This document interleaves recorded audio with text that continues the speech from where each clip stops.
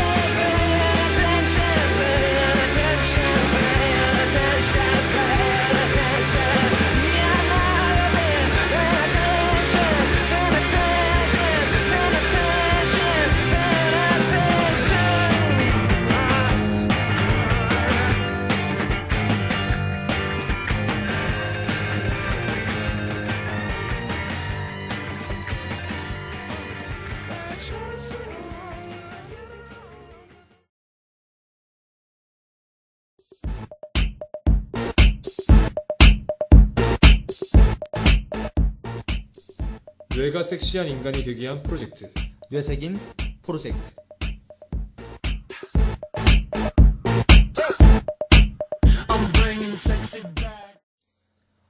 안녕하십니까, 부엉 DJ 이재선입니다. 네, 반갑습니다. 김원종입니다. 원종씨, 네. 한 달 만에 보네요. 오랜만입니다. 시간이 너무 빠른 것 같아요. 진짜 너무 빠른 것 같아요. 근데 네. 그 눈치 빠른 우리 청취자분들은 예상하실 수도 있겠는데 네. 오늘 조금 음질이 좋지 않습니까? 음질이 평소보다 좀 나아졌나요? 아무래도 나아질 수밖에 없겠죠. 저희가 오늘 좀 예. 특별한 공간에서 하고 있거든요, 녹음. 그래서 제가 여쭤보는 거예요. 네. 오늘 우리가 있는 장소 여기가 어디입니까? 뭐 알면서 물어봐요. 이런 게 진행이니까. 어디냐면 저희 이제 독립 잡지 라이터스의 공간인 라이터스 스튜디오에서 예. 지금 녹음을 하고 있는데 예. 라이터스 들어보셨나요? 저는 그 예전에 들어봤는데 그 종원 DJ가 말씀을 해주셔서 오늘 이렇게 와서 스튜디오에 와서 녹음하는 거는 저도 오늘 처음이고 원종 씨도 처음이죠. 네, 라이터스라고 이제 페이스북 기반의 페이스북에 기반을 두고 있는 페이지인데 이제 독립 작가들의 글을 모아서 이렇게 잡지로 발행하는 예. 곳인데 오늘 여기에 이제 담당자 분과 레드맨이 이제 이야기가 잘 됐더라고요. 예, 맞아요. 그래서 저희가 오늘 이렇게 공간도 빌려주시고 너무 감사한 마음으로 좋은 시스템에서 좀 작업을 하고 있는데 청취자 여러분들 중에서 라이터스가 궁금하신 분들은 페이스북에 라이터스를 한번 찾아보시는 것도 좋을 것 같네요. 예, 알겠습니다. 오늘 뇌색인 프로젝트 네. 세 번째잖아요. 그렇죠. 그래서 어떤 책을 할까 우리 두 작가가 가영 작가와 현정 작가가 고심 끝에 네. 이 책을 골랐는데 저희도 녹음하면서 쉽진 않았습니다. 녹음 벌써 했어요? 뭐 벌써 쉽지 않다고 그래. 그러니까 리허설하면서 아까. 리허설까지 이야기해야 되죠. 누가 듣기에는 우리가 바로 한 큐에 가는 것처럼 들어야 되는데. 그래? 리허설 한 걸 더 밝혔어. 아니고. 인생이 재즈란 말이야 우리는. 진짜. 그렇죠. 네. 오늘 이야기할 책 원종 씨가 말할래요? 내가 말할까? 말씀하세요. 네. 대통령을 위한 물리학이라는 책인데요. 네. 4월 달에 좀 일이 많았어요. 지금 생각해 보면. 시끌벅적합니다. 그렇죠. 세상이. 현재 지금 저희 시국이 너무나 시끄럽습니다. 정계에서는 한 정치인이 아니라 여러 명의 정치인들이 지금 정권에 8인이 그렇죠. 지금 연루되어 있어요. 아예 이야기를 하자면 성완종 리스트 때문에 그렇죠. 또 시끄러운데 그 와중에 또 며칠 전에 4월 16일은 또 세월호 1주년이었죠. 그렇다 보니 세월호에 대한 추모 때문에 뭐 대통령이 지금 아마 가시방석에 앉아 있을 텐데 가시방석에 앉아 있지 않고 또 어디 갔더라고요. 그날 네. 16일 날 바로 이제 출국을 남미로, 남미 순방을 네. 가셨죠. 그것 때문에도 여러 가지 이야기들이 많고 지금 그래서 그런지 민심이 음. 대통령으로부터 많이 떠났어요. 이 구체적인 수치로 봐도 대통령에 대한 지지율이 저번 주 지지율 보셨는지 모르겠지만 저희 현재 대통령의 가장 큰 지지 기반이 TK 지방의 50대, 60대, 70대가 가장 강력한 지지층이었잖아요. 예. 근데 그들로부터 저번 주 한 주에만 이 두 사건으로 14%포인트나 지지율이 떨어졌더라고요. 그들로부터. 그리고 또 한 가지 이번 성완종 그 리스트 때문에 여당 김원종 아니죠? 아니죠. 성완종. 성완종. 네. 그분이 그 사건 때문에 여당 지지율도 엄청 그렇죠. 떨어졌다고 네. 합니다. 그래서 뭐 시끌벅적합니다. 대통령에 대한 이제 회의감이 그 당선 초부터 많이 있긴 있었는데 대통령이 과연 뭘 잘해야 좋은 대통령이 될까를 고민을 해봤을 때 저 같은 경우에 대통령의 좋은 조건이 저는 가장 크게 인사라고 생각하거든요. 근데 지금 현재 대통령이 가장 취약한 부분이 그 인사인 것 같아요. 어떻게 골라내는 인물들 족족 다 이렇게 뒤가 구린 사람들만 있는지 그렇다 보니 지금 뭐 현직 비서실장, 전직 비서실장부터 해서 지금 차기 대권 주자로 올라오는 인물들까지 전부 다 지금 너무 위기에 몰렸죠. 맞죠. 그런 상태에서 과연 대통령이 인사를 잘 하려면 특히 뭐 아는 게 많이 있어야겠죠. 물론 뭐 대통령이 모든 분야의 전문가일 수는 없겠으나 대통령이 인사를 잘하기 위해서는 어느 정도의 좀 지식은 있어야 한단 말이죠. 그렇죠. 근데 이 책 자체가 대통령을 위한 물리학이잖아요. 대통령이 이쪽 과학 분야에 대한 어느 정도 지식이 있어야 국정 운영에 있어서 필요한 인물들을 적재적소에 배치를 할 수 있다라는 이런 기대감에 그리고 그 저자가 그렇게 하기 위해서 일종의 매뉴얼 같은 책을 써줬는데 그러니까 요즘에 뭐 실용적인 뭐 학문들도 많이 중요하지만 또 인문학적 소양들도 많이 떴잖아요. 그렇죠, 그렇죠. 근데 거기에 또 이제 이 문과생들도 이제 이과 계열, 그래 흔히 말하는 이제 그런 기술 아니면 이제 여러 가지 물리학적, 화학적 기술들을 이제 배우려는 이제 대학생들이 많이 늘어나고 있어요. 그런 현상을 뭐라고? 뭐 맞죠? 이게 저번 책에서 저희가 저번 방송에서 했던 두 번째 뇌세균 프로젝트가 달관 세대를 다뤘잖아요. 그죠. 뭐 그렇게 네이밍을 언론에서 잘 하죠. 달관 세대가 아니라 요즘은 또 인구론이라는 단어를 쓰더라고요. 인문대생 90%가 논다고. 그렇지. 우리도 놀고 아직 우리는 학교 다니고 있어서. 그러니까 제가 또 개인적으로 인문대생으로서 과연 그 90%에 될지 10%에 될지는 지금 잘 모르겠는데 이렇게 인문대생들이 요즘은 취업이라는 그런 미명하에 다들 자연과학 계열 혹은 공학 계열의 복수 전공, 부전공을 하려고 한다 하더라고요. 그런 어느 정도의 그 기초적인 지식들을 이 책으로 알 수 있을 것 같아서 우리 가영 현정 작가가 이 책을 선정했다고. 그런 취지에 저희도 한번 발맞춰 보고자. 저희 둘 다 또 문과생이잖아요. 그죠. 그래서 이번에 한번 공부를 해볼까 하는 마음에 속된 말로 저희를 좀 문돌이라고 하잖아요. 문돌이. 네, 문돌이들이 과연 이 물리학 책을 어떻게 이해할 수 있을까 좀 겁을 먹고 읽었는데 생각보다는 책이 좀 잘 풀이가 되어 있는 것 같아요. 재밌었어요. 되게 어렵지 않게 잘 이렇게 그래프적으로도 뭐 도표적으로도 잘 이렇게 나와서 예전에 저희 때만 해도 고등학교 1학년 때까지 공통과학을 들었잖아요. 들었죠. 공통과학을 배운 정도 수준이면은 이 책을 읽는데 큰 무리는 없을 것 같아요. 무리는 크게 없어요. 근데 조금 양이 많아. 그 정도는 좀 우리 청취자분들이 감안해서 읽어주시면. 다만 과학 분야에 대해서 너무 떨어져 있던 시간이 좀 길었던지라 다시 그때 모드로 돌아가는 데 있어서 좀 힘들었긴 했는데 좀 힘들었긴 했죠. 가끔씩 용어가 무슨 말인지 잘 모르는 게 있더라고요. 그런 것들은 또 요즘에 워낙 스마트폰이 좋아서 또 검색하면 금방 나오더라고요. 제가 읽으면서 이거를 내가 제대로 이해하지 못하는 거 보니 나 조만간 내가 90%에 속하겠구나라고 스스로 자주 아닌 자조를 했었는데. 그래요? 그러면 근데 이 책이 예. 대략적으로 어떤 내용을 담고 있는지 우리 가영 작가가 이번에 또 가영 작가가 해주나요? 네, 오늘 이번에는 가영 작가가 가영 작가의 목소리로 한번 이 책이 어떤지 한번 들어보시죠. 여러분이 알아야 하는 과학이 어떤 것인지 감이 잡히시나요? 이 책은 지도자들이 반드시 알아야 할 고급 과학 지식을 다루고 있습니다. 수학적인 부분까지 마스터할 시간은 없기 때문에 넘어가기로 하고 곧바로 중요한 이슈들을 다루려고 합니다. 그런 이슈들의 바탕에 깔린 법칙과 과학을 이해한다면 두 번 다시 첨단 기술 용어들 때문에 머리가 아플 일은 없을 것입니다.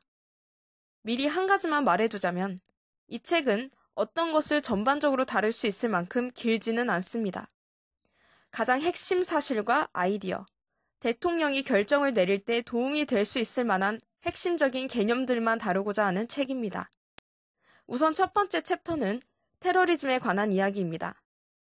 테러리즘은 매우 급박한 사안이며 에너지의 문제로도 이어지는데요. 결국 폭탄이라는 것도 좁은 공간에 엄청난 에너지를 풀어놓는 방법입니다.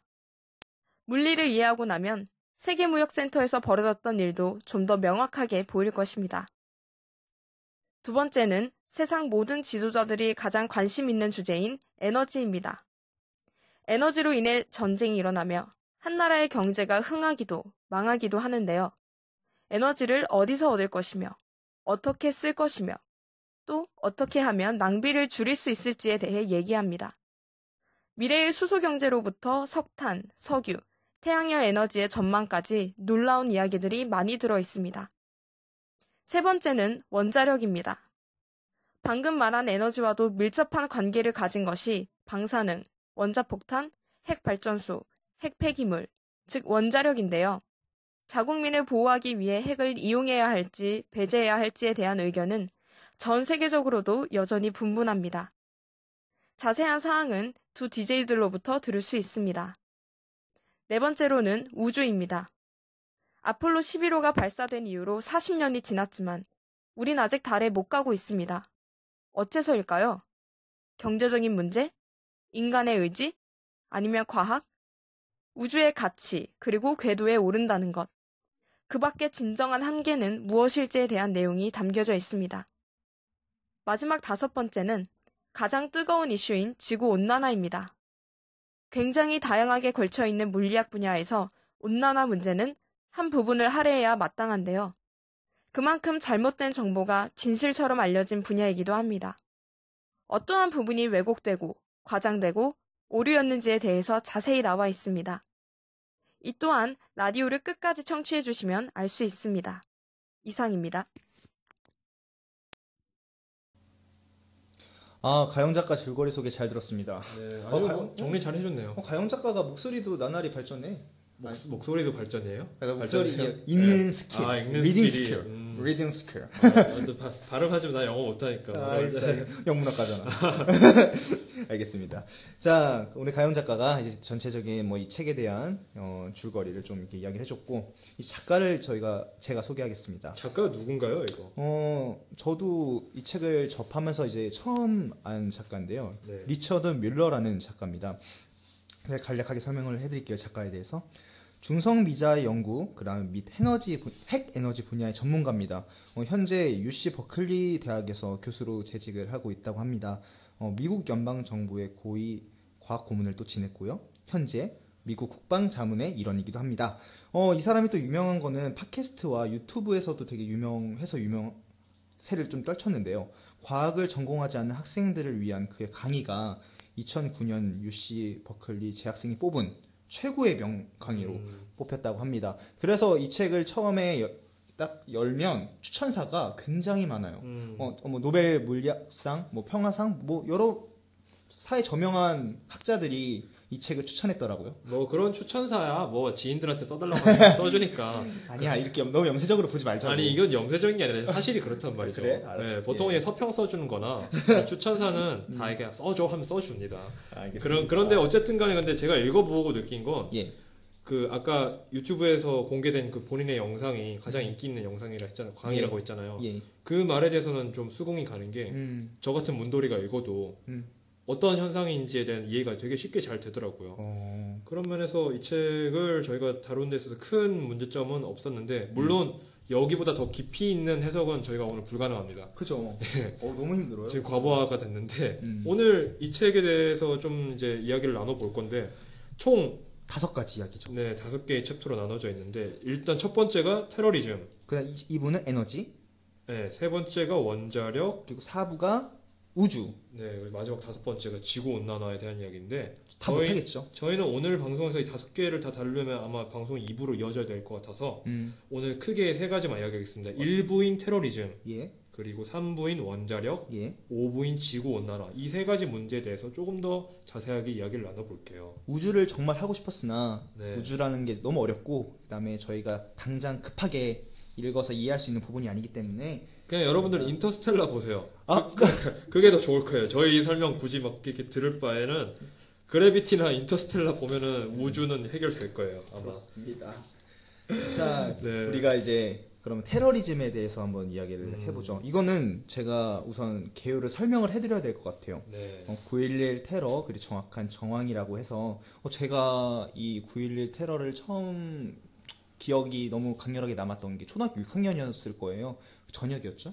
밤. 그렇죠, 그렇죠. 네. 거의 그쯤 되게 껌껌했던 시간대는 기억이 안 나지만 되게 어두웠었어요. 저녁 밤이었던 것 같은데 그 뉴스에 그게 충격적이게 생방송으로 라이브로 그 딱 어린 마음에 저런 일도 일어나구나. 미국이란 나라가 그 당시 때 대단한 나라라고 생각을 했었는데 그 심장부에 무역 센터에 그 비행기가 지금은 이렇게 헛웃음이 나오면서 이야기를 하는데 그 당시 때는 정말 충격이었죠. 원종 씨는 뭐 어떤? 저 또한 뭐 저희가 기억하는 게 비슷할 거예요. 그죠? 미국에서 테러라는 단어를 직접적으로 접한 게 아마 그쵸. 그때가 처음이었던 것 같아요. 제가 처음이었던 살면서. 것 같아요. 이 책이 테러리즘이라는 챕터에서 다루고 있는 가장 큰 예 중에 하나가 9.11 테러를 다루고 있는데 테러, 제가 접했던 것도 그렇고 지금 요즘 세대들에게는 테러라는 단어를 처음으로 인식시켜준 게 9.11 테러였지 않나 싶거든요. 그래서 제가 이제 9.11 테러에 대해서 간략하게 설명을 하고 넘어가야 이 책에 그때 대한 그 상황을 예. 우리 부엉 디제이가 한번 좀 묘사를 해주세요. 어떻게 이제 테러가 일어났는지. 예, 알겠습니다. 2001년 9월 11일 이제 미국에서 영화 같은 상황이 발생을 했습니다. 군사대국 미국이란 나라에 또한 무역센터에 비행기가 2대가 각각 충돌하면서 쌍둥이 빌딩이었죠. 전 세계적으로 충격을 주었습니다. 이 사건은 오전 8시 46분 한 대가 북쪽 건물에 충돌했고요. 이어 9시 3분쯤에 남쪽 빌딩에 또 충돌을 했습니다. 나머지 2대 중 한 대는 워싱턴에서 국방부 건물에 펜타곤이라고 하나요? 네네네. 네, 충돌을 했고 나머지 한 대는 펜실베니아주 피츠버그에 좀 추락을 했습니다. 정말 충격적인 사건이었고요. 이 사건으로 이제 무고한 시민 많이 돌아가셨네요.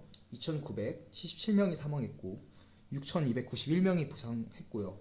테러범을 제외한 2,266명의 사상자가 발생한 정말 대형 테러 사건입니다. 정말 이렇게만 읽어도 막 소름 끼치고 정말 무서운 사건인데 정말 미국의 심장이라고 부를 수 있는 그 쌍둥이 무역센터가 세계 무역센터가 무너지는 그 장면은 정말 가히 충격이었죠. 이게 그 처음에는 여객기가 이제 운전을 미스를 해가지고 그렇죠. 일어난 우발적 사고 정도로 이해를 했는데 그 2대가 충돌하니까 그거에 대한 분석을 해봤더니 이미 민간 항공기가 공중 납치가 됐더라고요. 이제 알카에다로부터 맞아요. 공중 납치된 상태에서 2대는 세계 무역센터를 공격을 했고 나머지는 이렇게 그때 당시에 기억나는 게 제 사촌 누나가 음악을 전공하는 누나였는데 예. 그 피츠버그에 유학을 갔었어요. 아 진짜요? 이 테러 당시에. 그래가지고 피츠버그에도 한 대가 추락했다길래 예. 좀 불안해서 이제 그때 온 가족이 연락을 막 이렇게 했었던 당시 국제 전화로 막 했는데 뭐 멀쩡하게 잘 있더라고요. 그랬던 기억이 있었는데. 그렇죠. 그렇다면 이제 여기서 저희가 아주 중요한 인물 한 명 알게 되죠. 오사마 빈 라덴이라는. 맞죠. 이제 우리가 이제 이 책에 대해서 이제 이야기를 해보면 이때 사용된 무기를 어떻게 해서 이 빌딩이 그 거대한 빌딩이 무너질 수밖에 없었고 어떠한 무기가 사용됐길래 어떠한 그 과학적인 그런 그 근거로서 우리가 이제 다가가야 좀 더 객관적인 시선을 가질 수 있으니까 이 부분을 이제 우리 원종 그렇죠. DJ가 9.11 테러의 그 그림이 있죠. 비행기가 빌딩을 박아서 빌딩이 무너지고. 자, 그러면은 빌딩이 무너진 이유가 뭔지에 대해서 많이 추측이 있었습니다. 예. 과연 빌딩을 파괴한 그 엄청난 에너지의 원인은 뭔가. 과연 뭘까요? 근데 이제 책에서도 그랬고 저희가 공부를 해봤듯이 음. 항공연료, 즉 비행기에 들어있는 가솔린이 이 빌딩을 파괴한 가장 주된 요인이다라고 하는 건데, 이 테러범들이 공중 납치를 한 비행기에는 그 어떤 무기도 있지 않았다고 합니다. 아, 정말요? 뭐 미사일 같은 건 당연히 없었을 테고, 그죠. 여객기니까. 근데 이제 무기를 싣지 않았음에도 110층짜리 빌딩 2개를 무너뜨릴 만한 굉장한 에너지가 발생된 건데, 이 비행기에 60여 톤의 가솔린이 들어있었다고 합니다. 그 가솔린으로 이제 운행을 하는 거죠, 비행기는. 그죠. 근데 이제 비행기에 들어있는 가솔린, 그 여객기 자체가 엄청난 무기라는 건데, 이 사건에서 아주 중요한 과학적 사실이 뭐냐면 1톤의 가솔린, 즉 1톤의 항공 연료가 공기 중에서 연소할 때 TNT 폭탄 있죠. 그쵸. 1톤의 항공 연료, 1톤의 가솔린이 TNT 폭탄 15톤의 에너지를 낸다고 하더라고요. 순간적으로 엄청난 폭발을 내는 거네요. 그렇죠. TNT가 무서운 이유가 에너지를 많이 지니고 있고, 뭐 그렇기도 하지만 순간적으로 매우 빠르게 에너지를 방출할 수 있다는 게 TNT 폭탄의 가장 무서운 거거든요. 그럼 어떻게 묘사를 하면 될까요? 스프링? 이렇게 웅축돼 있던 그렇죠. 게 이게 공기에 노출되는 순간 웅축돼 있던 스프링이 촥 풀려가지고 팡 튀는 건데, 그렇죠, 그렇죠. 그게 공기와 결합할 필요가 없기 때문에 TNT가 더 무서운 거거든요. 강하고 빠르게. 이 TNT 분자 구조가 방금 말씀드린 것처럼 스프링으로 생각하면 되는데, 고정돼 있던 게 풀리면 에너지가 폭발합니다. 우리가 이제 중고등학교 때 배웠듯이 그 폭발력이 그렇게 순간적으로 강하면 그 나중에 이제 화재나 그런 뭐 온도점이 더 높아질 수밖에 없다. 네. 뭐 그러니까 한마디로 이 큰 빌딩을 무너뜨린 거는 비행기의 충돌 때문만은 아니다. 그렇죠. 이런 사실을 우리가 이 책에서 알 수 있었어요. 비행기의 충돌이 일단 시작이 된 거고, 시작이 비행기가 터지면서 나타난 그 가솔린이 TNT 폭탄과 같은 역할을 한 건데, 이때 실린 가솔린의 양이 60톤이라 그랬잖아요. 예, 그렇죠. 그럼 아까 1톤이 TNT 15톤이라고 했으니까 TNT 900톤의 양을 폭발시킨 것과 마찬가지의 역할을 한 거죠. 각각 그럼 이제 두 대가 공격을 했으니까 1800톤, 약 1800톤의 TNT가 그 빌딩에 터진 거죠. 그래서 단순히 그 건물이 얼마나 견고하겠습니까? 그죠. 비행기도 물론 엄청난 무게를 지니고 있지만 그 비행기가 박아서 물리적인 충격으로 건물이 무너진 게 아니라 터지면서 나타난 그 가솔린이 TNT 1800여 톤의 에너지를 냈기 때문에 이 월드 트레이드 센터가 무너졌다라는 게 가장 직접적인 요인으로 꼽히고 있거든요. 조사관들과 많은 사람들이 이 9.11 테러를 두고 의견이 되게 많이 분분했어요. 하단부를 그 비행기가 충돌한 게 아니고 상단부를 충돌했는데 그렇게 단시간 내에 그 거대한 세계 무역 센터가 무너질 수가 있느냐, 이런 것 때문에 엄청 그 논란도 많았죠. 그 혹시 부엉 DJ 예전에 예. 다큐멘터리 중에 시대정신이라는 다큐멘터리 본 적 있어요? 이야기하시면 알 것 같아요. 그 어떤 뭐냐면 예. 좀 음모론적 성향의 다큐멘터리인데, 거기 시대정신 2편에 뭐가 나오냐면 미국 이 월드 트레이드 센터 테러가 알카에다의 소행이 아니라 미국 정부의 자행일 수도 있다라는 음모도 제시돼요. 왜냐면은 이제 건물이 무너지는 영상을 보시면 아시겠지만 상단부를 쳤음에도 불구하고 수직으로 한 번에 건물이 와르르 무너지는 거죠. 무너져보죠. 그게 그러니까 미국 정부에서 이미 예초에 각 층마다 폭탄을 설치해 놓고 비행기가 충돌하는 순간 모든 폭탄을 터뜨려서 그렇게 동시에 수직으로 건물이 무너질 수 있었다라는 식으로, 그러니까 일종의 이제 전쟁을 하기 위한 명분을 만들기 위해 그런 일을 했다라는 게 제시가 돼요. 그래서 그때 전 좀 놀랐죠. 한동안 제가 또 음모론에 빠져있을 때가 있어가지고 그러면 이게 정부의 자행이란 말인가, 이 테러는 그럼 알카에다는 봉이었나, 뭐 그런 식으로 생각을 했었는데 그게 아니라 이 저자가 말하기를 전문 용어로 이제 폭발이 아닌 폭연이라고 하는데, 갑작스러운 연소를 폭연이라고 합니다. 이 건물의 강철 기둥이 단열재로 쌓여 있어가지고 웬만한 화재는 2-3시간 정도는 버틸 수 있도록 설계가 되어 있다고 한 하는데 800도까지는 버틸 수 있다 하죠. 네, 여기서 말하기를 강철 기둥이 한 800도 이상이 되면, 자, 우리 뇌세균이 되게 원하시는 분들, 예. 이 단어 기억하십시오. 좌골 현상이라고. 좌골 현상. 수직 압축에 의해서 기둥이 휘어지는 현상을 좌골 현상이라고 하는데, 이 세계무역센터의 강철 기둥이 온도가 800도까지는 전혀 끄떡 없대요.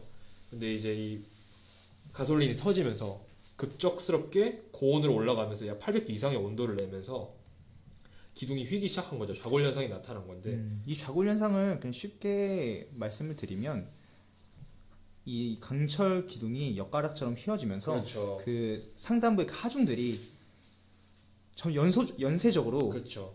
탕탕탕탕 도미노가 넘어지듯이 그렇게 자유낙하 속도로 쭉 그렇죠. 무너져 한층이 내리는 거죠. 휘어서 무너지면서 바로 아래층에 하중이 가해지면서 무너지고 이게 계속 가속도가 빨라지는 거죠. 그렇다 보니 보셔서 아시겠지만 건물이 순식간에 무너졌단 말이에요. 그렇죠. 뭐 이에 대해서 영상을 한번 보시고 싶으신 분들은 영상을 한번 보셔도 될 것 같아요. 그래서 우리가 이제 9.11 테러로 일어난 이제 많은 과학적으로 이제 알아봤는데, 그렇다면 여기서 이 책에서 항상 파트가 끝날 때 이런 것들이 나와요. 대통령을 위한 브리핑이라는 파트가 나오는데, 이제 그런 거로 우리가 이야기를 해볼 수 있는 것들이 과연 이런 테러들을 우리가 어떻게 대비하기 위해서 미리미리 관리를 해야 되고 어떤 대비책을 마련해야 되는지, 이런 것들도 우리가 기본적으로는 생각할 수 있는 주제들이 여기서 나오는 것 같아요. 책에서 뭐 9.11 테러 말고도 탄저균 테러도 다뤘고 테러의 여러 가지 양상을 좀 보여주면서 과연 이제 대통령은 테러에 어떻게 대비를 해야 될까, 그 테러에 대해서 알기 위해서 기본적으로 알아야 될 소양이 이런 것들이다라고 저자가 설명을 해주고 있는데, 그리고 요즘에 뭐 IS다, 그리고 뭐 프랑스에 가해졌던 테러들, 뭐 여러 가지 IS죠? 그 IS죠, 그것도 여러 가지 이런 테러들 때문에 되게 불안해하시는 분들도 많을 거예요. 그래서 이런 것들, 기본적인 이런 원래 물리학적 소양들을 알고 있으면 어느 정도 더 대비하기가 쉬울 테니까. 뭐 그렇기도 한데 저는 IS 말씀 나오셔서 그런데 그래요? IS가 진짜 공공의 적이에요 현재.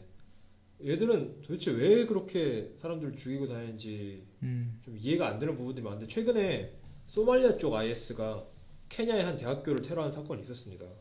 근데 그거는 또 이런 월드 트레이드 센터 테러 같이 건물 테러가 아니라 일일이 한 명씩 다 총으로 쏴 죽였어요.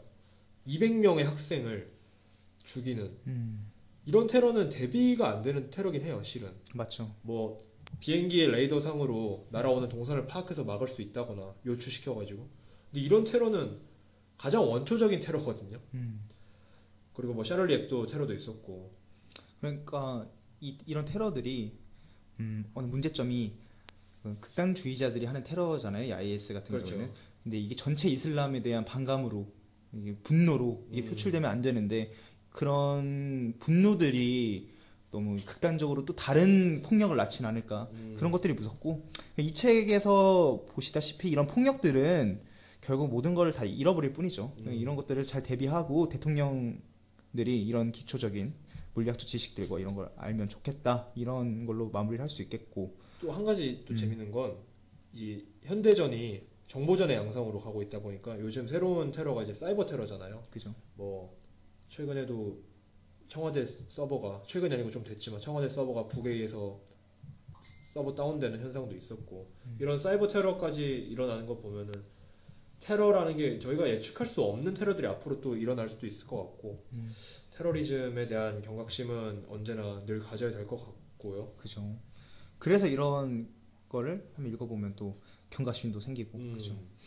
많은 사람들이 한 번쯤 읽어보면 좋겠고, 그 다음에 이제 큰 주제로 또 두 번째 주제, 원자력에 대해서 한번 이야기를 해보겠습니다. 원자력, 흔히 말하는 이제 원자, 분자학의 개념, 이제 그런 걸로 이제 아인슈타인이 유명하죠. 그렇죠. 네. 근데 원자력이 우리 가까이 있어요, 되게. 원전.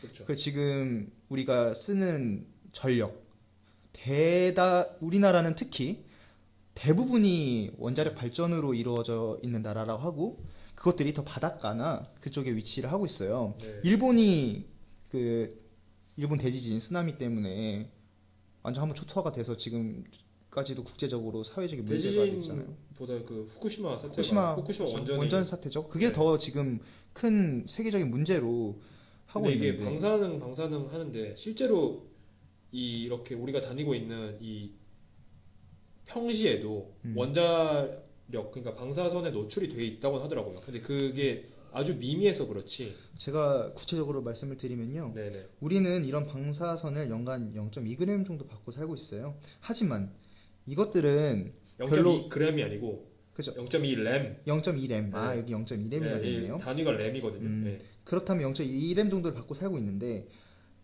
더 중요한 것은 이제 이런 강력한 방사선이 이제 급격하게 쏘아질 때, 그러니까 인간 체내로 들어왔을 때가 문제가 되는 건데 네.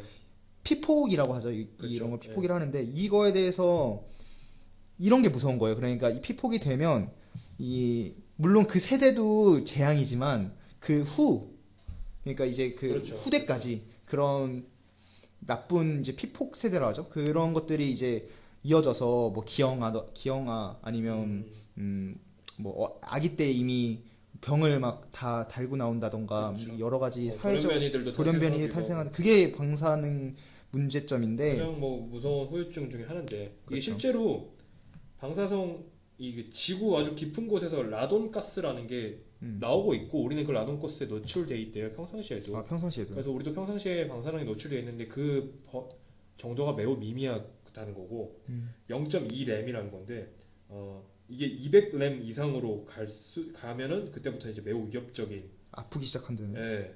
낮은 수준의 방사선은 자연 환경의 일부라는 거기 때문에 무조건 방사능, 원자력 이런 거는 우리가 피해야 될 건 아니라는 거죠. 여기 재밌는 도표가 하나 있는 게 피폭량에 따른 신체가 어떻게 영향을 받는지 표가 있거든요. 방사선 양을 나타내는 단위가 밀리시버트 퍼 아워라고 쓰기는 MSV라고 쓰네요. 저도 이 책을 통해서 처음 알게 됐는데 시간당 얼마나 그렇죠. 시간당 얼마나 방사선에 노출이 되는지 좀 더 와닿게 말씀을 드리자면 0.05 밀리시버트면 저희가 흉부의 엑스레이 찍을 때 노출되는 양이라고 해요. 그리고 0.19 밀리시버트가 도쿄에서 뉴욕까지 왕복 비행할 시에 노출되는 양이고요. 흉부 말고 복부를 찍을 때 0.6 밀리시버트. 그리고 일상생활에서 일반인이 연간 한 1 밀리시버트에 노출이 된다고 합니다. 뭐 그런 식으로 CT를 찍을 때는 더 많이 노출이 되고요. 100 밀리시버트의 경우에 즉각적인 건강에 영향은 없지만 향후 암 발병률이 그 노출되지 않은 사람보다 0.5% 높다고 하고요. 그냥 별로 의미 없는 거예요. 여기까지는. 왜냐하면 담배도 더 이 정도 되잖아요. 그러니까 이 정도까지는 그렇죠. 괜찮은데 그 후가 이제 문제가 되죠. 후쿠시마 주변이 지금 밀리시버트가 숫자가 어느 정도 되냐면 400 밀리시버트라고 해요. 그렇죠. 네. 이 정도가 이제 문제가 되는 거죠. 500부터는 림프구가 감소하고요. 그리고 1000이 될 시에는 10명 중에 1명이 일상생활에서도 구토나 나른한 느낌에 빠져들게 되고 4000 밀리시버트가 되면 30일 이내에 그때 노출된 인구의 반이 사망하게 된다고 이게 합니다. 체르노빌 사태 정도 그 근처로 직접 피폭되신 아무래도 분들 가장 정도. 큰 건 저희가 이제 말씀드릴 2차 대전이 끝날 때 나타난 이제 나가사키나 히로시마의 원폭이 아무래도 4000 이상의 수치를 나타냈지 않나 싶은데 말 나온 김에 그 히로시마나 나가사키에 터진 원자폭탄을 이야기하면서 원자력에 대해서 좀 더 이야기해 볼게요. 여러분도 다 아시다시피 히로시마에 떨어진 원자폭탄은 이제 리틀보이라고 하고요. 이제 나가사키에 투하된 원자폭탄은 펜맨입니다. 네. 이거는 펜맨은 특히 플루토늄 239로 만들어졌고요. 대단한 위력을 가지고 있는 그리고 많은 희생자를 냈죠. 그렇죠. 두 가지가. 그래서 히로시마, 나가사키에서 얼마나 큰 피해를 입었는지 구체적으로 저희가 말을 해보면 될 것 같아요. 히로시마와 나가사키에 떨어진 폭탄이 조금은 다르다고 합니다. 일단 히로시마에 떨어진 리틀보이 같은 경우에는 고도 9,750m 상공에서 투하된 폭탄이 폭발하며 1분 이내에 전 히로시마를 덮쳤고요. 그리고 그 폭발 지점 중심으로 반경 1.6km 이내 모든 것이 완전히 파괴되는 굉장한 파괴력을 나타냈거든요. 이 핵폭탄이 터지면은 어떻게 파괴되는지 아세요? 저는 시뮬레이션을 봤는데 예. 그 떨어진 그 지점은 다 증발을 해버린다더라고요. 그렇죠, 순간적으로 그렇죠. 그 공기를 다 연소시키면서 사람이 고통도 못 느끼고 죽는다고 네네네. 하더라고요. 그건 오히려 행복한 거죠. 근데 그 주변이 문제인데 점점 이제 방사능 그렇죠, 낙진과 이제 그 잔해들이 막 하늘로 솟구쳤다 떨어진대요. 네네네. 그런 걸로 이제 막 찢기고 막 그런 막 정확히 아시네요. 예, 맞아요. 네. 저는 그 시뮬레이션을 봤거든요. 그래서 너무 잔인한 이게 그 징그럽죠. 반경 중심에 있으면은 폭탄이 터지는 순간 그냥 저희는 가루가 되어 버리는 거예요. 그죠. 그냥 네. 플래시 터듯이 탁 죽는다. 당시에 히로시마의 인구가 25만 명 정도 거주하고 있었던 걸로 추정이 되는데 이 폭탄이 떨어지면서 초기에만 7만 명이 순식간에 사라져 버리는 아주 무시무시하네요. 무시무시한 피폭이 있었고요. 나가사키 같은 경우에는 리틀보이 그러니까 히로시마에 투하된 지 3일 후에 터졌거든요. 예. 이때는 팬맨이라는 폭탄이었죠. 이때는 한 2만 명 정도가 사망을 했고 이후에 이제 그 방사능으로 인한 영향들로 한 6만 명 정도가 사망했다고 합니다. 아 정말 어마무시하네요. 그러니까 뭐 결론적으로 히로시마와 나가사키의 원폭이 터지면서 인류사에 가장 크게 자리 잡고 있는 세계 대전이 종식하게 되는 순간을 맞이하게 되는데 일본은 핵폭탄을 맞고 6일 후에 천황이 항복 선언을 무조건 하면서 항복을 하죠. 그러면서 이제 그때 이야기 나온 게 이제 비핵 3원칙 하면서 핵무기를 만들지 않고 갖지도 않으며 들여오지도 않겠다는 협정을 맺으며 이제 2차 대전이 끝나게 되는데 이 원자폭탄이 의미하는 게 윤리적으로도 과연 미국이 정말 그렇게까지 할 필요가 있었을까라는 주제로 아직까지도 이야기가 이어지고 있는데 맞아요. 현재도 나가사키와 히로시마 주변은 아직도 그 원폭 피해로 고통받는 사람들이 꽤나 많이 있다고 합니다. 그 벌써 몇 세대가 지났습니까? 그렇죠. 벌써 적어도 3세대 그 정도는 지났죠. 벌써 한 그렇죠. 60년, 3세대째가 지금 60, 70년 전이니까요. 뭐그 정도는 했는데 아직도 그런 피해자들이 많고 고통받는 사람들이 많은데 그렇다고 원자력이 나쁜 게 아니에요. 우리 미래 에너지 그리고 지금 현재 너무 에너지 수요에서 가장 중요한 부분을 차지하고 있는 좋은 어떻게 잘 쓰면 되게 좋은 건데 이걸 후에 관리 아니면 이렇게 전쟁에 극단적으로 사용했을 때 악용됐을 때가 문제점이 되는 겁니다. 그런 의미로서 우리가 이제 원자력을 어떻게 사용해야 될까 이런 걸 고민해 볼 수 있을 텐데요. 원자력 발전이라는 게 방금 말씀하신 것처럼 현재 뭐 화력, 수력 모든 풍력을 통틀어서 가장 고효율의 발전 동력인 거죠. 그죠. 그렇다 보니 최근에 중국에서 그 보도 보셔서 아시겠지만 중국이 공기가 워낙 안 좋잖아요. 미세먼지로. 예. 그 제 아는 지인이 지금 중국의 베이징에서 지내고 있는데 그 마이크로그램이라고 하죠. 네. 미세먼지 농도. 서울 같은 경우에 100 마이크로그램에서 200 마이크로그램까지 올라가면은 황사주의보 경보가 발령이 된대요. 근데 얼마 전에 그 친구랑 보이스톡을 했거든요. 예, 예. 근데 그 친구가 베이징이 1000 마이크로그램이 어휴. 떴대요. 근데 1000 마이크로그램은 어느 정도냐 했더니 마스크를 끼고 일단 밖을 나가면 마스크가 흰 마스크를 끼고 하면 집에 돌아왔을 때 마스크가 검은색으로 변했대요. 그 정도 너무 심하네요. 그래서 야 너가 밖에 왜 나가냐 했는데 뭐 일단 생활은 해야 되니까 숨을 못 쉬겠네요. 출퇴근도 해야 되고 학교도 다니고 하니까 나갈 수밖에 없는데 숨을 못 쉰대요.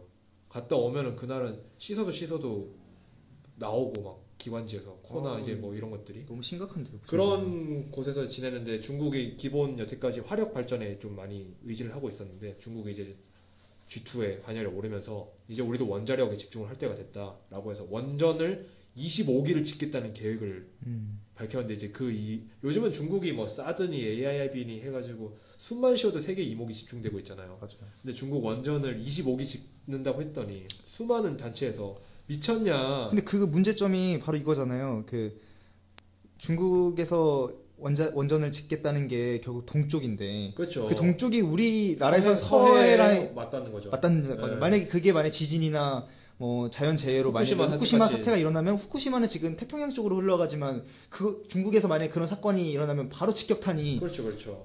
우리나라로 직격이 된다는 거죠. 그렇다 보니까 이제 국내에서도 맞아 많이 반발이 심했던 것도 사실인데 예. 이게 뭐 원자력 발전이라는 게 기술적으로는 매우 고효율이긴 하나 이런 후폭풍들 언제 일어날지 모르는 거니까. 그리고 또 저희가 일본이 그렇게 자연재해로 후쿠시마 원전이 그렇게 그렇죠. 세계적인 문제점이 될 줄 누가 알았겠습니까? 그것이 알고 싶다와 같은 그것이 알고 싶다는 아닌 것 같은데 그것이 알고 싶다와 같은 그런 탐사 보도 프로그램들 있잖아요. 예. 한 다큐멘터리에서 국내 원전의 실태를 다룬 게 있었는데 맞아 그거 저도 봤어요. 우리나라 원전도 이게 후쿠시마 사태 같은 게 시간 문제라고 하더라고요.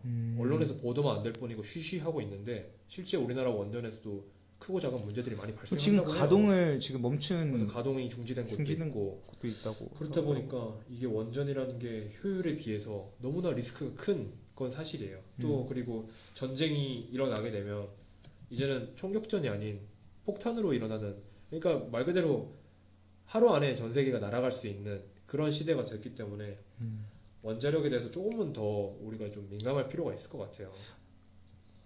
맞아요. 그 이 책을 읽으면 이 원자력이 가지고 있는 그 폭발력과 그 뭔가 위험성에 대해서도 한 번 더 생각을 해볼 수 있어요. 저희가 흔히 사용하는 이 전기들이 우리나라에서 지금 70%가 지금 이 원자력으로 그렇죠. 네. 이루어진 전기인데 당장은 이 원자력에 대한 수요가 뭐 있을 수밖에 없겠지만 우리나라 전기 엄청 많이 쓰잖아요. 그렇죠. 정말 많이 쓰는 나라인데 천천히 대비를 해야 되는 거죠. 그러니까 우리부터 대통령도 이런 사실을 알아야 천천히 이런 새로운 에너지 동력들을 개발하고 그런 거에 관심을 가지면서 조금씩 그 밸런스를 맞춰 나가야 이제 이 원자력을 아주 의미 있게 그리고 솔직히 잘 말씀드리면 사용할 수 대안을 있다고. 어떻게 세워야 될지는 저 이제 또 좀 더 공부를 해봐야 될 것 같아요. 여기서는 쓰지 말자라고 말하기는 어렵지만 좀 이렇게 대안이 분명히 있을 거라고 생각하고 그 일선에 있는 과학자들께서 많이 노력을 해주실 거라 생각하고 있고요.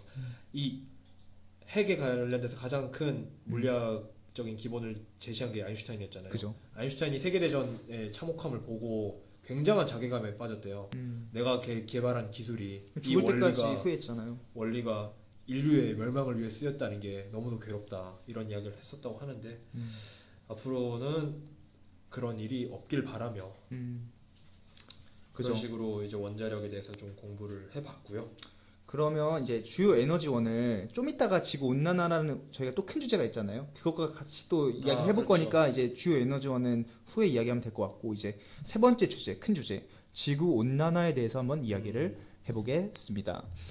지구 온난화라 하면 지금 흔히 되게 걱정을 많이 하시는 분들이 많을 것 같아요. 그렇죠. 뭐 요즘에 다큐멘터리다, 뭐 어디 보면 막 빙하 녹고 있다, 뭐 세계 온도가 올라가서 어느 지역은 너무 추워지고 어느 지역은 너무 뜨거워서 막 뭐 기온의 양극화가 생기고 막 계절이 없어지고 점점 지구가 살 수 없는 땅이 돼간다라는 뭔가 이 극단적인 보도들과 자료들이 막 너무 막 넘쳐서 저도 어느 게 맞는 건지 잘 모르던 차에 이 책에서 조금 다른 해석을 하더라고요. 그래서 지구 온난화에 대해서 이야기를 해봐야 될 것 같아요. 이게 해마다 여름이 되면은 뭐 역사상 최고 온도의 그죠, 여름이 그죠, 될 그죠. 거라고 매해 기록을 매해 경신하고 그래요. 있어요.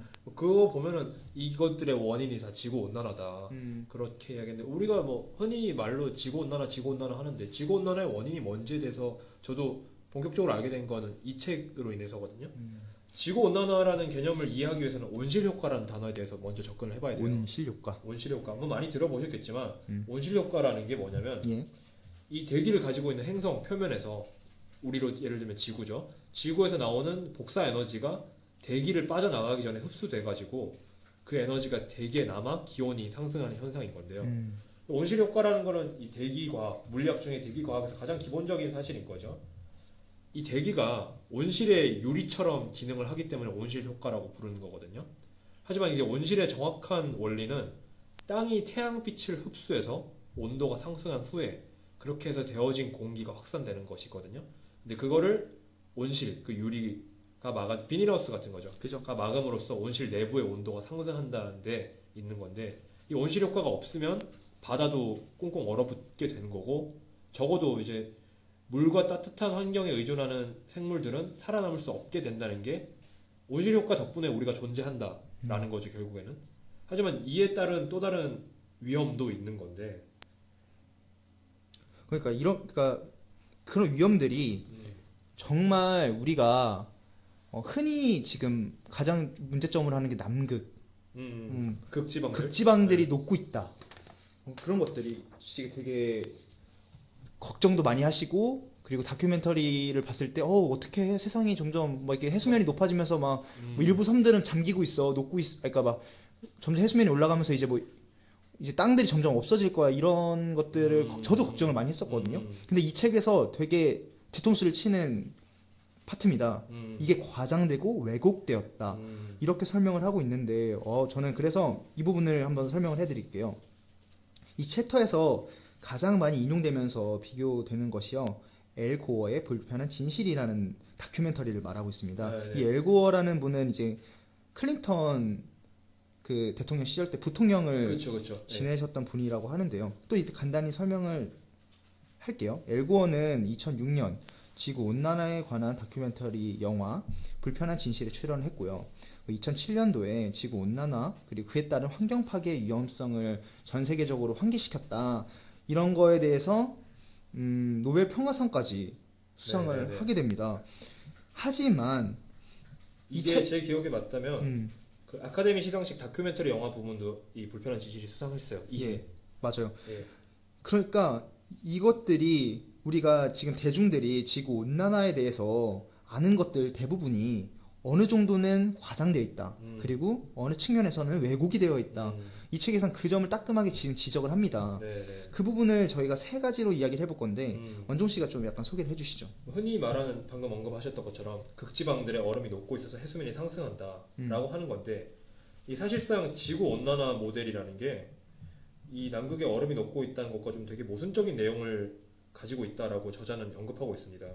지구 온난화는 해수 증발을 촉진하고 있기 때문에 그 수증기들이, 그러니까 온도가 올라가면 수증기들이 바다의 물들이 증발을 하면서 수증기가 되는 거죠. 그죠? 근데 그 수증기가 극지방에 도달하게 되면은, 근데 아시다시피 극지방은 뭐 아무리 더워봤자 영하 10도, 20도 이렇잖아요. 30도까지 내려가는데, 그게 그 극지방에 도달하게 되면은 그 수증기들은 눈이 되어서 내리게 되기 때문에 그죠. 전 지구의 기온이 0.5도 정도 상승한다 하더라도 남극 혹은 북극의 대부분은 여전히 영하여서 오히려 강설량이 늘어난다라고 주장을 하고 있습니다. 결국 저자는. 눈으로 다시 환원이 되는 이렇게 계속 그렇죠. 자연 그렇기 순리대로. 때문에 예. 남극의 얼음이 녹고 있다라는 건 왜곡된 사실이다라고 저자는 이야기하고 있거든요. 근데 이 주장대로라면은 매우 근거가 있어요. 그 수증기들이 대류를 흘러서 극지방으로 갔을 때 그 수증기들은 당연히 올 거 아니에요. 눈으로 내리고 강설량은 또 늘어나고 계속 사이클이 될 것 같은데. 그죠. 계속 순환이죠. 지구 대기 순환. 근데 저희가 흔히 갖고 있는 그 지구 온난화 이미지가 온도가 너무 높아서 남극 혹은 북극의 눈까지 다 녹고 있다. 이런 식으로 파악을 하고 있는데 그건 잘못된 거다라고 이렇게 이 책에서는 그렇게 설명을 하고 이야기해주고 있는. 있고요. 또 그 다큐멘터리 불편한 진실에서도 언급했던 부분 중에 하나인데, 이제 불편한 진실에서 북극곰들을 촬영한 장면이 있는데 북극곰들이 너무 없어졌다. 그만큼 지구 온난화로 북극곰들이 많이 개체를 잃어가고 있다라는 식으로 묘사가 됐었는데, 그 장면이 실제로 뭐였냐면, 과학적인 연구에 의하면 그 촬영했을 당시에 폭풍우가 한 번 있었는데 북극 지방에, 그때 익사한 북극곰 4마리가 이렇게 잔해가 있었다고 하더라고요. 근데 이제 영화에서 비추기를, 그거를 프레이밍하기를 이제 얘들이 온도가 상승해서 죽었다 이런 식으로 다뤄가지고 그건 또 사실이 아니다. 그죠. 라고 또 이야기하고 있고, 또 한 가지 재밌는 건 허리케인 같은 대형 폭풍들인데, 온난화가 지속이 되면 적도 부근에 이제 난류성 해수로 인해 가지고 허리케인과 같은 폭풍이 증가할 거다라는 예측이 막 나왔어요, 한동안. 근데 저자의 말로는 증가하기보다는 실제로 감소할 거다. 왜냐, 이 온난화 모델은 극지방이 적도보다 훨씬 더 온난화해질 것으로 예측하고 있단 말이죠. 태풍이라는 게 원래 원리가, 뭐 과학 시간에 배워서 알겠지만, 극지방과 적도지방의 온도차가 크게 벌어지면 더욱 큰 태풍이 탄생하는 찬 거거든요. 공기랑 뜨거운 공기가 만나야 그렇죠. 이제 이루어지는 거죠. 근데 온도차가 줄어들면 태풍의 발생은 반대로 오히려 줄어들어야 하잖아요. 근데 실제로 조사에 따르면 통계적으로. 네, 통계적으로 1990년 이후에 태풍의 숫자가 증가하지 않았다고 해요. 그러니까 허리케인과 그 세기를 관측하는 방법이 그동안 바뀌어 온 것도 있는데, 허리케인이 선박 항로와 마주치거나 해안을 강타했을 때나 발견할 수 있지, 요즘은 기술의 발달로 원격으로 허리케인을 탐지할 수 있거든요. 근데 예전보다 태풍 수가 증가하지 않았다는 거죠. 그러니까 우리가 이 과학이라는 것이 결국 반대의 의견들이 있을 수 있어요. 그렇죠. 그러니까 분명히 지구 온난화가 또 긍정적인 효과도 있을 거예요. 그리고 네. 부정적인 효과도 분명히 있을 텐데, 이것들을 균형 있게 공부해보는 시간인 것 같아요. 왜냐면 저도 되게 편향되게 알았어요. 지구 온난화 온실 효과를 하면 그렇죠. 무조건적으로 지구의 그 생태계를 파괴하고 그다음에 모든 기후의 그런 사이클을 방해한다라고만 알았는데 이 책을 보면서 아닐 수도 있겠구나. 또 좀 다른 측면에서도 이 지구 온난화와 여러 가지 과학적 사실을 또 볼 수 있는 기회가 됐었고, 하지만 이런 것들은 우리가 그냥 아는 지식이잖아요. 네. 우리가 실천할 수 있는 지식이 아니잖아요. 여기서는 또 실천할 수 있는 해결책을 또 제시를 해줘요. 네네. 그런 것들을 이제 몇 개 저희가 설명을 해드릴게요. 이제 효율이죠. 이제 아까 말했듯이 이제 냉장고, 에어컨을 사용하면 프레온가스라고 그렇죠. 이제 그것들이 이제 대기 이제 온실 효과를 이게 더 심하게 해서 온난화를 더 심화시킨다. 그렇다면 냉장고의 효율을 적은 프레온가스가 나올 수 있게 만들면 긍정적인 반응이 있을 수 있겠죠. 그리고 뭐 여러 가지 형광등이나 뭐 페인트 그런 화학 물질들 배출되는 그런 것들을 조금 더 효율적으로 줄이면 더 해결책이 더 근본적인 해결이 될 수 있겠고, 또 아까도 이제 에너지에 대해서 좀 아까 이야기를 같이 이 해결책이 좀 느낌이 그런 거예요. 어떤 거요? 좀 아껴 써라. 아껴 써라. 아껴 쓰면 좀 덜 할 거다. 그리고 그러니까 그 효율적인 에너지를 만들기 전까지 조금만 니들 아껴 써라. 그러니까 전기 좀 아껴 쓰고 그다음에 이런 일회용품 좀, 왜냐면 화학 물질이 막 그 대기에 이제 올라가면 네. 그런 것들이 이제 전체적인 온도 상승을 이루어진다 하니까요. 자, 그렇고 아까 이제 원자력에서 이야기를 또 같이 하고 싶었던 이제 에너지. 이제 에너지를 어떻게 효율적으로 사용할 것인가. 신기술들이죠. 신기술을 이제 해야 전체적 근본적인 해결이 될 건데 어떤 것들이 있을까요? 좀 신기술에는. 저자가 주목하고 있는 게 식물로부터 만들어지는 바이오 연료를 활용해야 된다. 이건 요즘에도 핫하죠. 그렇죠. 바이오 원료는. 그러니까 옥수수로. 이게 탄소가 적으니까 대기에도 크게 해가 되지 않는다. 그래서 바이오 연료 쪽에 그리고 태양광 집속이라고 해서 이것도 요즘에 핫하죠. 그렇죠. 그렇죠. 태양광이 지구 온난화의 해법이 되고 있지는 않은데 그래도 태양광이 신기술 개발될 여지가 남아 있기 때문에 미래의 주요 에너지원으로 사용될 수 있다라는 게 또 하나 주목되는 거고. 전 이게 이해가 안 돼요. 안전한 핵. 안전한 핵. 이거는 결국 사람이 관리를 잘해야 되는데 안전한 핵이 있을까요? 그러니까 그 원자력 발전에 대한 일종의 파산을 선언한 건데 예전에 현재 가동 중인 발전소는 유지하되 안전한 핵이라는 게 안전한 핵이라는 새로운 핵을 그쵸, 개발하자는 게 핵이 아니고 이제 더 이상 새로운 발전소를 짓지 말자라는 단어가 이제 안전한 핵입니다. 그죠. 그래서 이제 그 이유는 아까 원자력 이야기 했던 것처럼 안전을 생각해야 된다. 근데 더 늘리면 안 된다고 저도 좀 공감을 하는 게 그 원자력 찌꺼기 있잖아요. 그렇죠. 원자력 발전소를 돌리고 난 찌꺼기를 저희 뭐라 하죠? 플루토늄. 플루토늄. 네. 근데 플루토늄으로 한 이후에 찌꺼기들. 아, 맞죠. 그 찌꺼기들이 정말 관리도 안 되고 계속 냉각을 해야 되는데 그 비용과 그 전세적인 그 문제래요. 세계적으로 그걸 어떻게 처리를 해야 될 것인가. 근데 그게 자연적으로 소멸이 안 된다 하네요. 절대 단시간 내는 인류가 살아가면서까지 그게 소멸이 자연적으로는 되기가 힘들다 하는데 그런 것들, 그런 원자력 찌꺼기의 문제들까지 해서 이제 더 이상 핵을 늘리지 말자, 핵 발전소를 늘리지 말자, 이런 논의는 되게 건전한 것 같아요. 근데 그렇죠. 중국이나 뭐 개발도상국 이런 데서는 반발을 하겠죠. 그렇죠. 왜냐면 자기네들은 이런 고효율적인 에너지를 사용하지 말라는 거냐, 이런 그리고 식으로. 뭐 다른 중동이래 그 인도나 파키스탄이나 이런 데서는 핵을 갖고 있어야 또 떵떵거리면서 이야기를 하니까. 그렇죠. 근데 더 이상 핵을 발전소를 짓지 말자라는 단어로 안전한 핵이라는 단어를 썼더라고요. 또 주목하고 있는 동력이 청정 석탄인데 가솔린에 비해서 석탄이 엄청 싸니까 그리고 값도 쌀 뿐만 아니라 지금 중국, 인도, 미국, 러시아 등지에는 우리가 앞으로 몇 세기 동안 사용할 만큼의 석탄량이 매장되어 있다고 해요. 아직도 많다고 하더라고요. 근데 그리고 이제 요즘 미국에서 셰일가스라고. 그렇죠, 셰일. 그것도 요즘 되게 핫하죠. 근데 이게 석유나 천연가스보다는 훨씬 많은 이산화탄소를 배출해가지고 대기 오염 쪽으로는 아직은 좀 한계가 있지 않나. 그러면서 재밌는 표현이 나온 게 석탄은 더럽게 싸면서 더럽다. 더럽게 싼데 더럽다 실제로. 그쵸. 오염을 많이 일으킨다. 뭐 그런. 자, 이제 마무리를 들어가겠습니다. 아까도 말했다시피 대통령을 위한 브리핑이라는 그 파트가 있잖아요. 아까도 말했듯이 궁극적으로 이제 문제점이 이런 거예요. 선진국들이 독점하는 에너지 자원들. 그리고 개발도상국들이 이제 뭐 중국과 인도는 이미 뭐 빠른 경제 성장을 보이고 있고 더 경제를 더 성장시키기 위해 이제 원자력이나 더 약간 양날의 검인 에너지들을 사용하려고 할 거 아니에요. 이제 이런 것들을 또 근데 미국이 제재한다는 거죠. 패권 국가가 이런 것들을 이제 잘 이렇게 밸런스를 맞춰야 될 텐데 이런 문제가 정말 시급하면서도 어려운 문제잖아요. 어떻게 생각하세요? 그러니까 뭐 온난화를 막기 위해서 아주 느린 저속 성장 정책을 세우는 게 좋겠다. 뭐 이런 식으로 이야기를 하는데 또 나라의 정책 입장에서 또 저속 성장을 하기에는 또 그건 아니죠.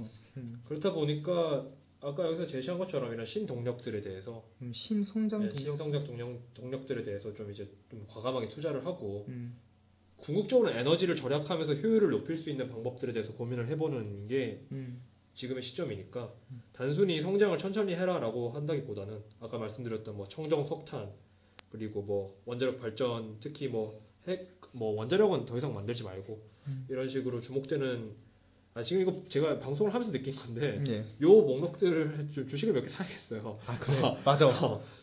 이게 돈 될 것 같아. 이미 뭐 살 사람들 다 샀겠지만 그래.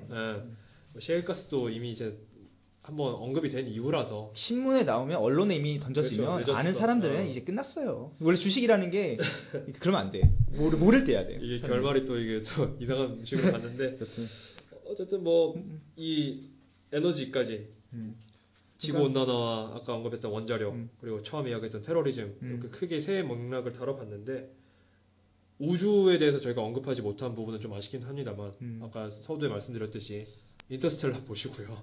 네, 우주에 대한 이야기는 이 책에 대한 뭐 대략적인 소감과 마무리를 한번 해보죠. 또 이쯤에서 안 나오면 좀 섭섭한 박송표 또 왔어. 한 줄 소감을 이야기를 해야죠. 이건 이제 고유 명사가 되어버려서 어쩔 수가 없네.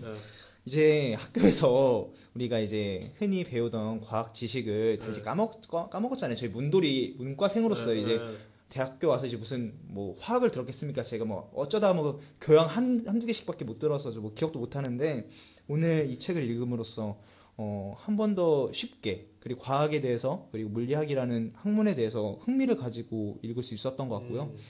그리고 언종 씨랑 또 이렇게 잘해서 잘 그런 멘트는 하지 말라고. 이런 거죠. 이런 거 해야 돼. 내 일부러 넣는 거야. 마지막에 꼭 그런 걸 하더라니까. 이런 거 일부러 내가 요즘 컨셉 잡는 거잖아. 이런 것도 이해해줘. 이 취향까지 한번 생각해볼 필요가 있다니까. 성적인 취향. 어쨌거나 저 또한 이 책을 통해서 뭐야 나도 박성될 것 같은 느낌이 점점 되고 있어. 동화되고 있어. 이 물리학이라는 분야 제가 너무 생소했던 분야인데 이 책을 통해서 조금 더 쉽게 다가갈 수 있는 기회를 맞이했고 방송을 들으시면서 다들 아마 좀 많이 좀 따분하셨을 것 같아요. 청취자 여러분들께서. 아무래도 저희가 이렇게 풀어내는 능력보다는 직접 이 책을 읽으시는 게 더 좋을 것 같으니까 요즘 뭐 융합의 시대, 컨버전스의 시대라고 하는데 많은 분들이 과학을 나와는 상관없다 이렇게 생각하시지 마시고 이 책을 한번 읽어봄으로써 좀 더 과학에 다가가 볼 수 있는 기회가 됐으면 합니다.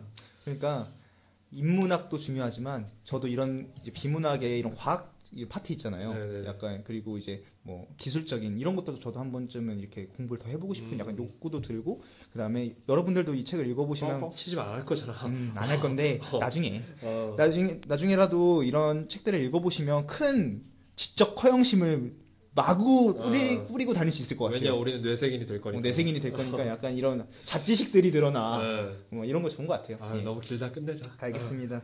오늘 우리 언정 DJ랑 저랑 뇌생인 프로젝트 세 번째 시간 그리고 41화 대통령을 위한 물리학 여기서 마치겠고요. 다음에 또 사회 이제 뇌생인으로 네 번째 책 때 또 재밌게 한번 이야기 해봐요. 그때는 이런 거 말고 좀 재밌는 주제로. 나 재밌었는데? 나도 재밌었어. 그래 알겠습니다. 오늘 수고 많으셨어요. 네, 수고 많으셨습니다. 청취자 여러분들 들어주셔서 감사합니다. 감사합니다. I don't know why you think that you could hold me when you couldn't get by yourself.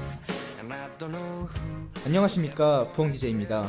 저희가 더 효율적으로 또 유익하게 청취자분들에게 다가가기 위해서 2부의 구성을 좀 바꿨습니다. 우리 지금 책인이 사라졌죠? 그리고 3분 코너가 2부로 교체됐는데요. 1부에서 힘차게 한번 저희가 책으로 달려왔다면 2부에서는 잠시 숨을 고르며 청취자분들의 몸과 귀를 편안하게 만들어 드리겠습니다. 그럼 저희 북치고 미치고의 이쁜이 막내 서평 읽어주는 여자 현지씨 나와주십시오. When you say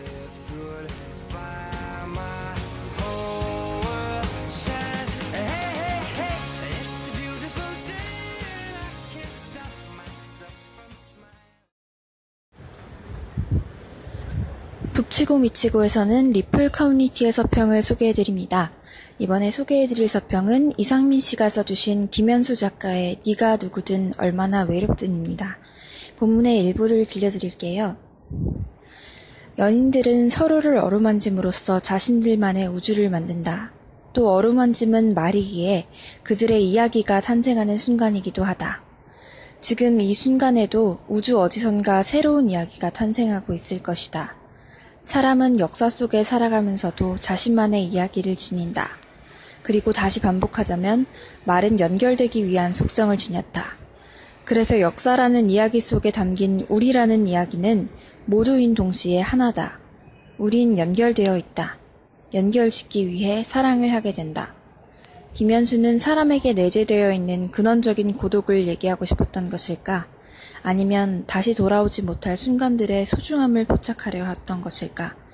그는 네가 누구든 얼마나 외롭든에서 90년대 한국이라는 배경에 이어지길 갈망하는 인간 군상들의 모습을 담아냈다. 우리는 살면서 끊임없이 다른 모습으로 바뀌어 간다. 삶은 일생, 한 번뿐이다. 결국에는 하나로 이어진다. 만약 우리의 삶이 하나의 이야기로 이어지지 못한다면 우리는 결국 미쳐버리고 말 것이다. 김현수의 말은 옳다. 우리는 인생을 살아감에 있어 과거와 현재, 미래를 지니게 된다. 이때 삶이 어지자지 되거나 무의미해지지 않으려면 새 점이 이어져야 한다. 이어질 때서야 인간은 비로소 자신이란 존재를 인식하고 확신할 수 있다고 본다. 사람과 사람뿐만 아니라 자신과 자신 사이도 연결될 필요가 있지 않을까? 네가 누구든 얼마나 외롭든 연결되어 보려는 이야기. 김현수의 소설이다. 네, 조르주 바타유는 인간을 본래 불연속적인 개체라고 했죠. 그 불연속성이 주는 고속에서 벗어나기 위해 인간은 끊임없이 연속성을 추구하는 거라고. 그래서 인간은 친구를 만들고 사랑을 하고 가족 공동체를 이루는 것인가 봅니다. 그 중에서도 사랑은 불연속성을 극복하기 위한 인간의 가장 처절한 행위인 것 같습니다. 그래서 그런 갈망이 때로는 관계를 파국으로 이끌기도 하죠. 사랑은 그렇듯 치명적이면서도 아름다운 것입니다. 이상민 씨의 서평은 그런 연결의 갈망을 다룬 김현수 소설의 핵심을 아주 잘 짚어냈습니다. 원문이 궁금하시면 페이스북 페이지 리플을 검색하시면 됩니다. 다음에도 또 멋진 서평으로 찾아뵙겠습니다.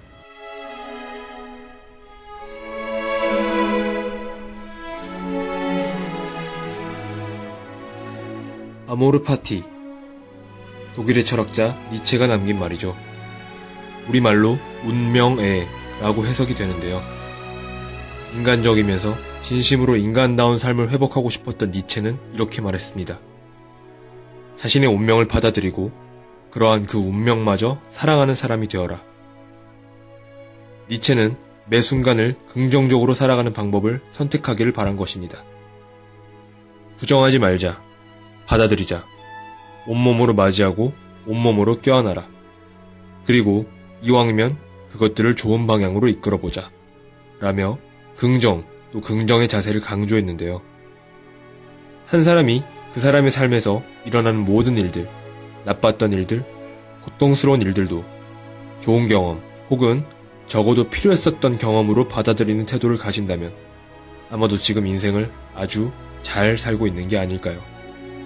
문득 이 순간에 여러분에게 묻고 싶어집니다. 여러분들의 삶은 아모르 파티인가요? 다음 주에는 감성 작가 누나 언니 정유정 씨와 함께 토니 모리슨의 가장 푸른 눈으로 찾아뵙겠습니다. 긍정적인 삶, 그 속에서 책과 함께 하시길. 프로듀서 조혜인, 김현지, 작가 박현정, 김가영, 디스크 찾기 이재선, 김원종.